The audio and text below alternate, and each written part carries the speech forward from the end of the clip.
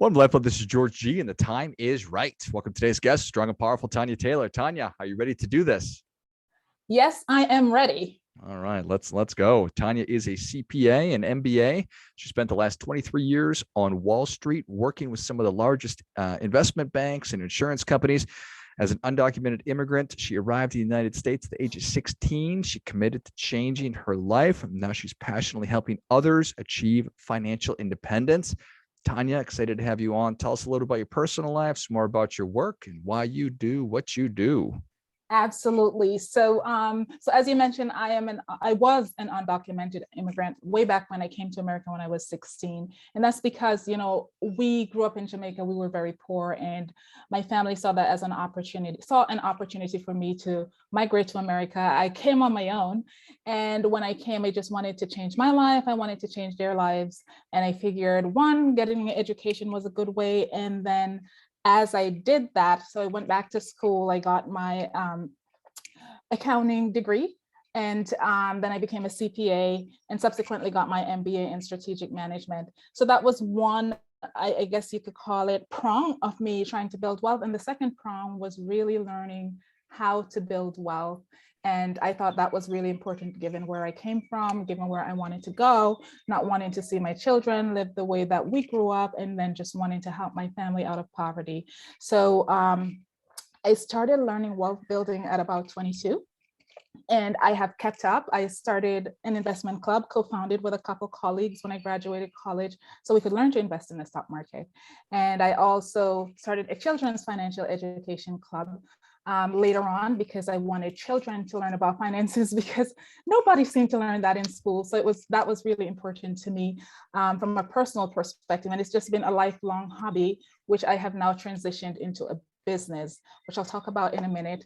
But professionally, when I graduated college, I've worked as auditor, I've worked as analyst, I've worked as you name a lot of it around policies, but you name a large bank or a large insurance company, and I've worked with them in some capacity. And so that's what I've been doing professionally as well. Nice. So yes. You moved here at 16 just on your own? Yes. Oh. Yes. I lived with, so I didn't even know the people. So my family was just trying to find someone for me to stay with. And so family friend, and I lived with them until I was able to go off on my own. Yes. Wow. What an experience. Yes. When you look back on that, and I think you said that you have children, could you even imagine sending your kid, or perhaps you could? So my daughter she just turned 17, my older daughter. I have two children, one's 15. And I remember when she was 16 plus, and I thought to myself, we're both born the same month. So literally, I think it was August, and I was just reflecting like, oh my God, I was this age when I moved to America on my own and had to do all of these things on my own because I had no family supervision per se. I literally had to just take my life in my own hands.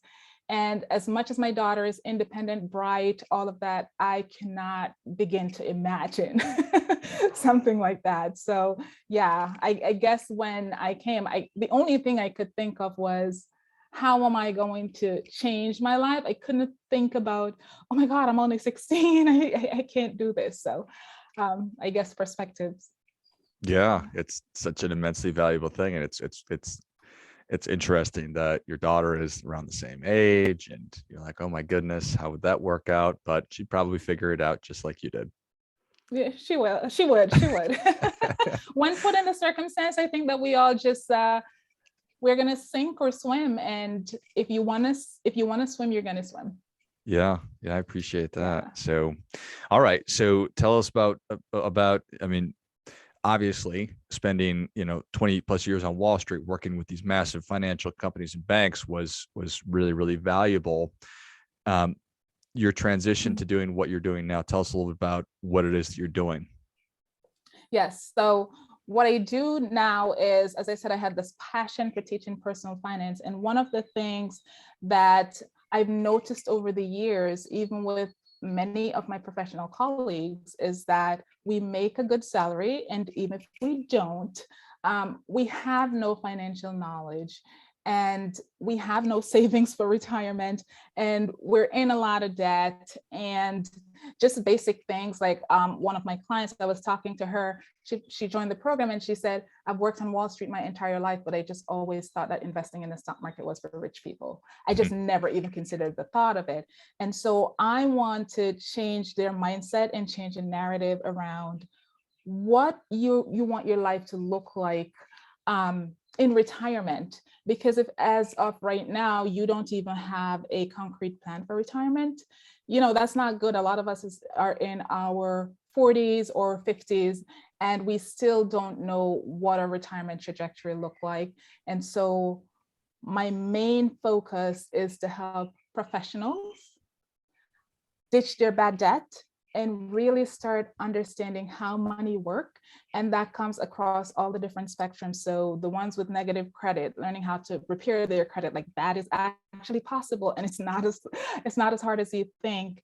And getting out of debt, coming up with an emergency fund. We know that during COVID, $400, a lot of people didn't have in their bank account. So having an emergency fund, and then really start learning how to invest, how to build your retirement portfolio, understanding what's inside of your retirement portfolio, because a lot of people, even if they have a pension plan with their company, they have no idea what's going on with it.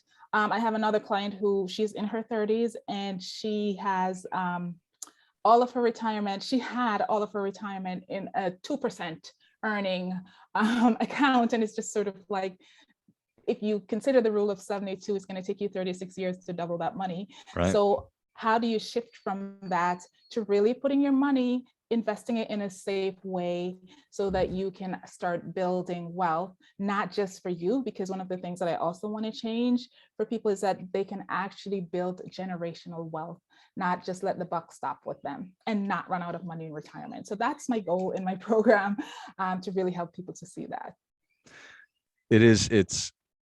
It's interesting, fascinating, concerning that you have these colleagues that you worked with for so long at the big financial investment companies, and they didn't even think that they were somebody who was an investor, or maybe they didn't see themselves as somebody who's capable of being financially successful.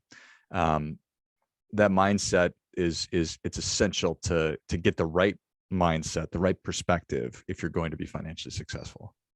Absolutely. Absolutely. And it's funny that you say that, because one of the first things that I do in my program is to go through a mindset course. And it's been invaluable for the clients that I've had, because a lot of them, they don't, especially us as West Indians, we come from a background where, and I don't want to generalize, but, where it's, you've come to America and you've had a good job and that should be enough, or you've had a great career, so that should be enough. Like, what more do you want from that? So the idea of, I want to be rich, it's just like blasphemous. Like, what do you mean you want to be rich? You're living okay. And so even with that, I want to shift that to, like, why is it not okay to say I want to be rich? Why is it not okay to say I want to travel the world? I'm 50 plus countries now, and I want to show people that they can do that as well. Like, and so you can do your 50 plus countries, but you can also set aside this funds that you know that you're going to be okay in retirement, and that you can fund your children college, and all of that is okay. Yeah, it should be enough. Just having this job, being here in the United States should be enough. And I respect and appreciate that. But to your point, is it a function of just being content with what you have, but it's also okay to, the other additional is within reach, and wanting that doesn't mean that you're being greedy or selfish. It's just, it's overcoming that mindset. And I can see where that would be hard. Yeah, it's tough. And one of the things that I like to say to people is that there is enough resources. So don't feel that if you're taking away from someone. As a matter of fact, the more that you have, I talk to them a lot about what's beyond wealth.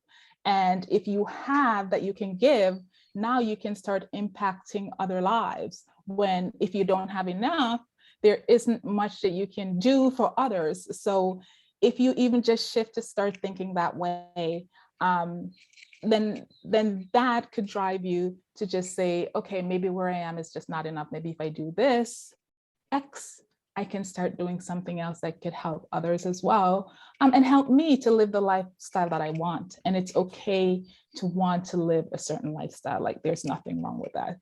Yeah. And it was interesting that if that's your perspective, is if I get more, that means that somebody gets less.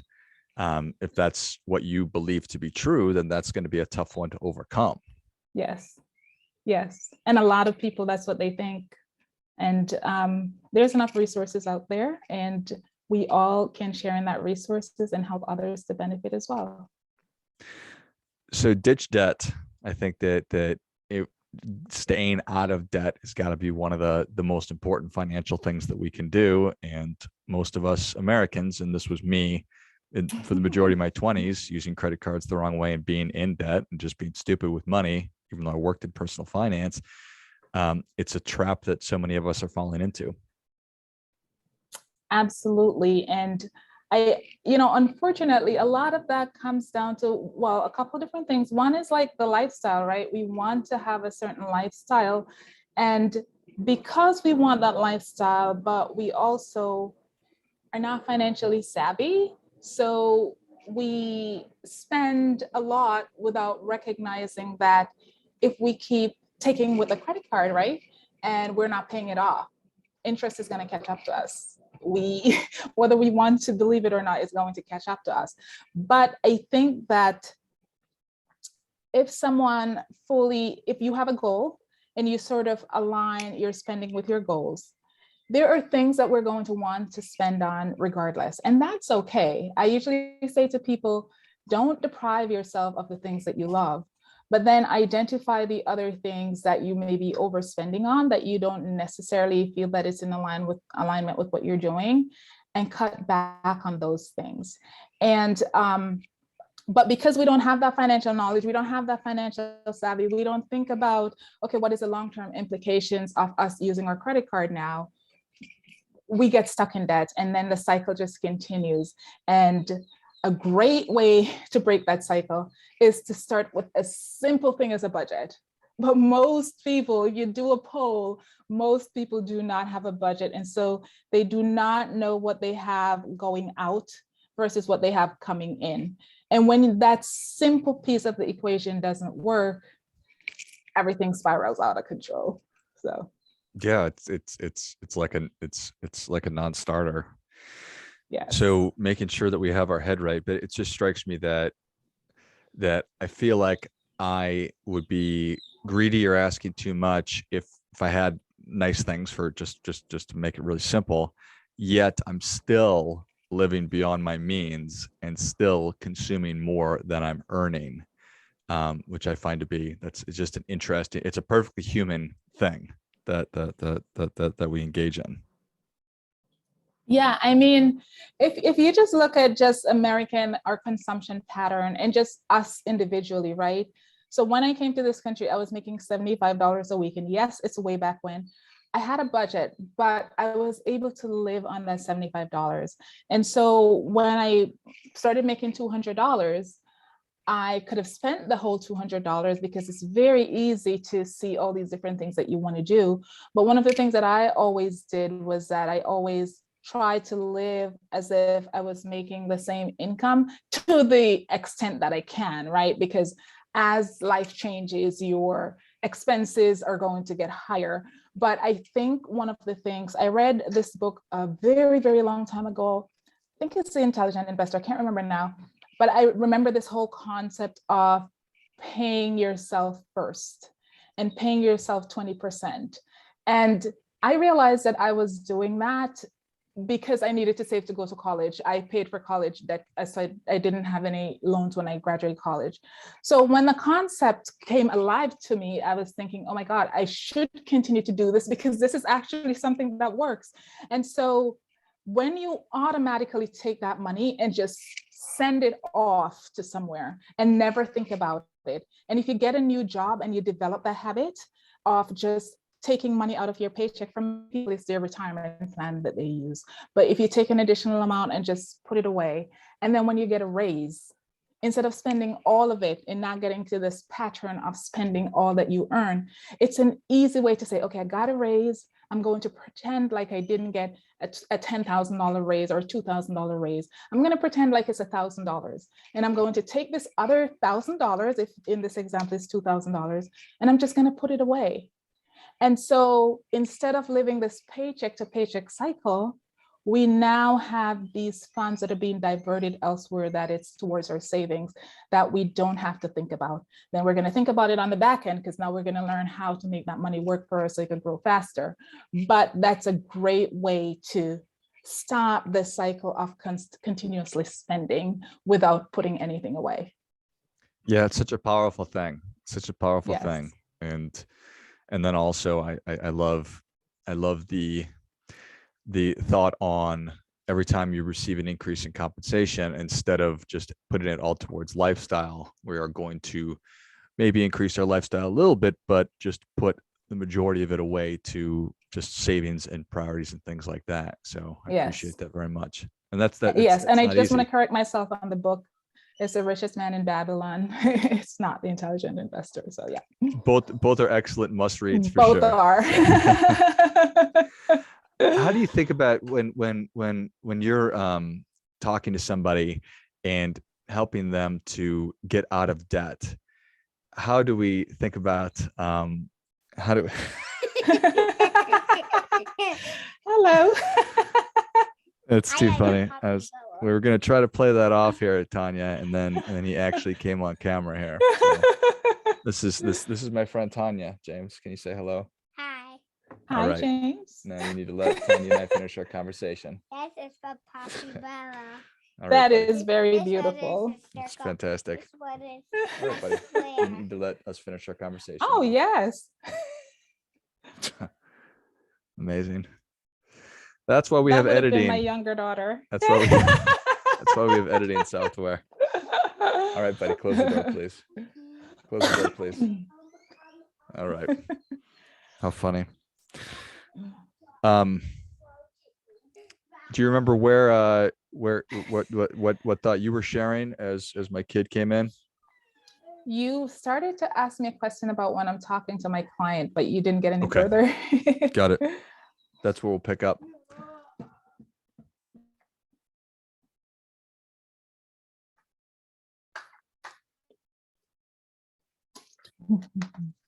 All right. So when you're working with somebody to help them break this cycle, I know that you already touched on, I didn't take a vow of poverty. We're not trying to deprive ourselves of things we really love, but the reality is we may need to take a step back, and it could be temporarily, in order to take a lot of steps forward. What is that? How do you think about, how do you approach that conversation? Yeah, so I definitely have those conversations, because those are tough conversations to have, but you are correct. If someone comes to me and they're way over their head in debt and they love to go on luxury vacations, and as someone who loves to travel, it's hard to say, oh my God, you cannot take a trip. But the way the conversation is framed after looking at the budget and looking how much are you bringing in and how much are you overspending is, okay, let's talk about, so for example, let's say we were talking about this luxury travel. Let's talk about your travel. Okay, so we may not want to take away your vacation entirely, but if you're spending $10,000 a year on vacation, and then you still have all these other overages that you're spending on, right? But you have identified your vacation to be the most important thing for you. Let's think about, for now, until we could fix the leak in your finances, how we can reduce this from $10,000. Find deals, find ways. And I actually, in my program, have a course on how to vacation on a budget. So let's go through and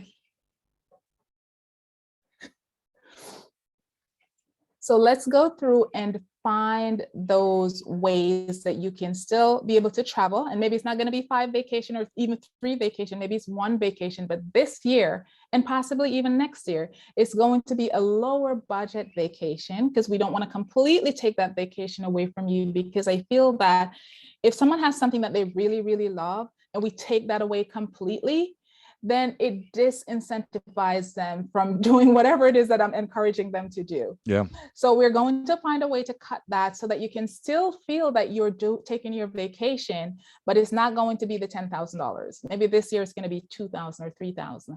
And then we're going to, in addition to that, start looking at the other things that are not as important to you that you've been spending wildly on.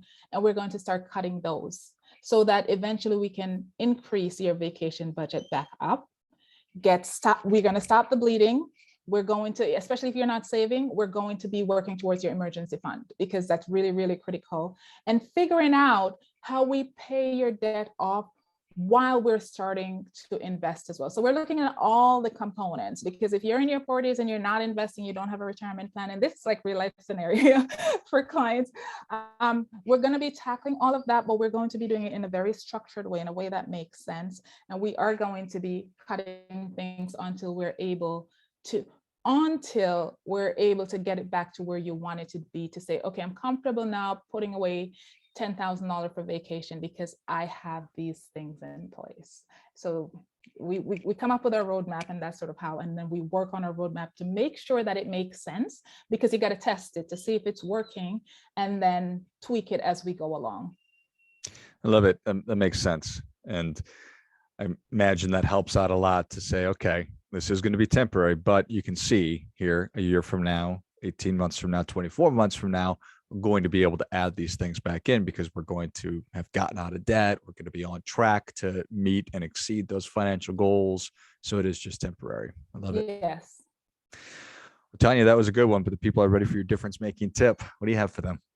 Absolutely. So, so what I would say to people, like whoever is in the sound of my voice, a lot of us in America, especially now, are hurting financially. And it's like inflation is super high. The stock market is spiraling out of control. The one good thing is that employment is still pretty good, and there's a lot of entrepreneurs out there.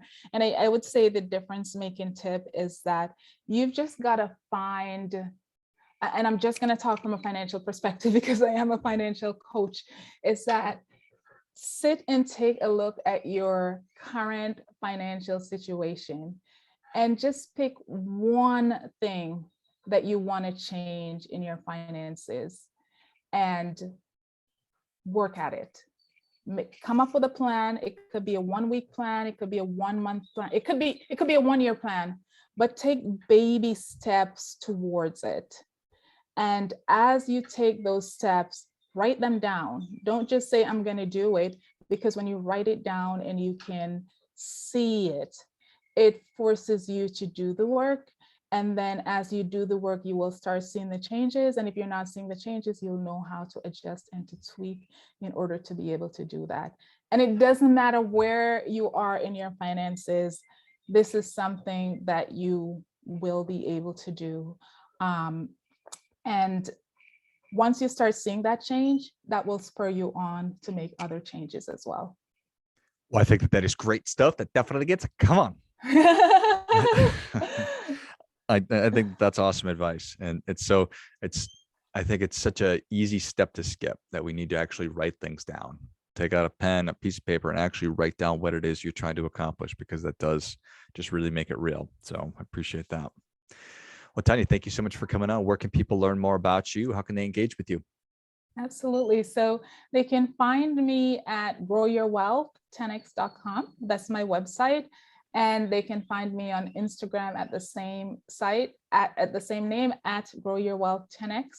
And I also just recently started a TikTok channel, Tanya Talks Money. And there I will also share, I have started sharing personal finance tips, very quick, very easy, but some things that you can also use and implement in your daily lives.